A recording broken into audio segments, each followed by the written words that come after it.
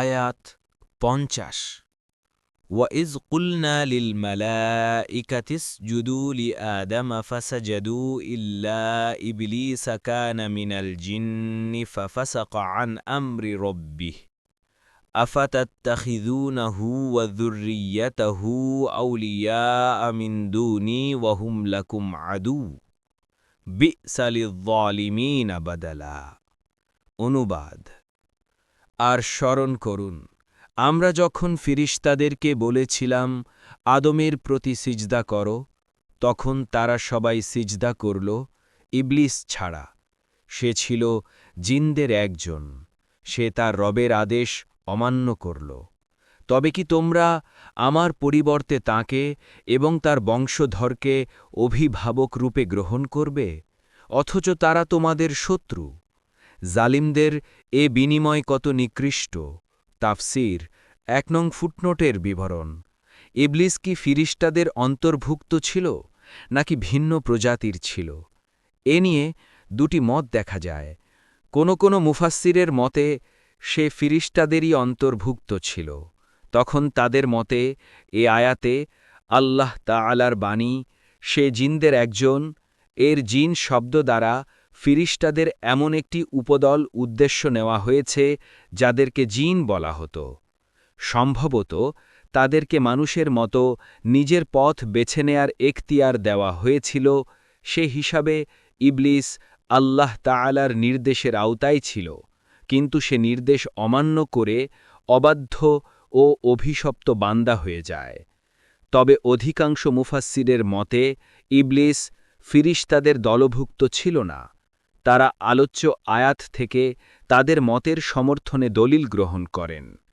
ফিরিশতাদের ব্যাপারে কোরআন স্পষ্ট ভাষায় বলে, তারা প্রকৃতিগতভাবে অনুগত ও হুকুম মেনে চলে। আল্লাহ তাদেরকে যে হুকুমই দেন না কেন, তারা তার নাফরমানি করে না এবং তাদেরকে যা হুকুম দেওয়া হয় তাই করে। সূরা আত-তাহরিমের ৬ আয়াত। আরও বলেছেন সূরা আন-নাহলের ৫০ নং আয়াতে, তারা অবাধ্য হয় না তাদের রবের, যিনি তাদের উপর আছেন, ভয় করে এবং তাদেরকে যা হুকুম দেওয়া হয় তাই করে। তাছাড়া হাদিসেও এসেছে, রসূলুল্লাহ সাল্লাল্লাহু আলাইহি ওয়াসাল্লাম বলেছেন, ফিরিশতাদেরকে নূর থেকে তৈরি করা হয়েছে, ইবলিসকে আগুনের ফুলকি থেকে এবং আদমকে যা থেকে সৃষ্ট করা হয়েছে তা তোমাদের কাছে বিবৃত করা হয়েছে। মুসলিম হাদিস ২৯৯৬। ২ নং ফুটনোটের বিবরণ। এতে বোঝা যাচ্ছে যে জিনরা মানুষের মতো একটি স্বাধীন ক্ষমতা সম্পন্ন সৃষ্টি।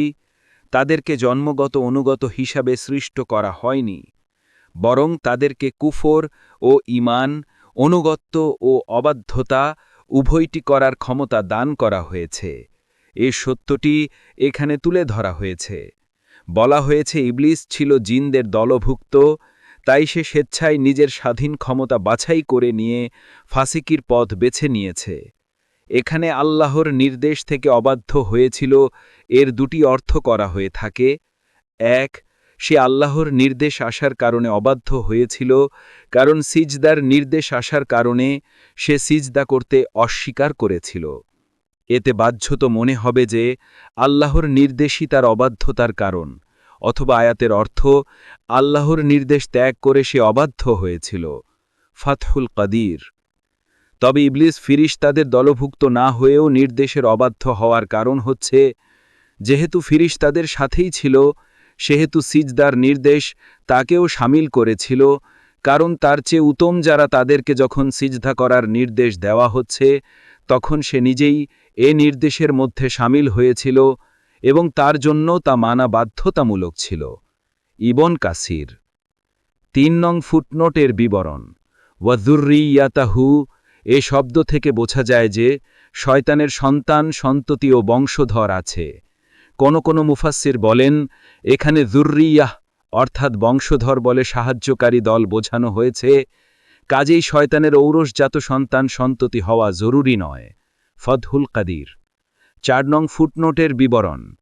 উদ্দেশ্য হচ্ছে পথভ্রষ্ট লোকদেরকে তাদের এ বোকামির ব্যাপারে সজাগ করে দেওয়া যে তারা নিজেদের স্নেহশীল ও দয়াময় আল্লাহ, যিনি তোমাদের সৃষ্টি করেছেন, যত নেয়ামত তোমার প্রয়োজন সবই সরবরাহ করেছেন, ও শুভাকাঙ্ক্ষী নবীদেরকে ত্যাগ করে এমন একটি চিরন্তন শত্রুর ফাঁদে পা দিচ্ছে, যে সৃষ্টির প্রথম দিন থেকেই তাদের বিরুদ্ধে হিংসাত্মক ভূমিকায় অবতীর্ণ হয়েছে, সব সময় তোমার ক্ষতি করার অপেক্ষায় থাকে।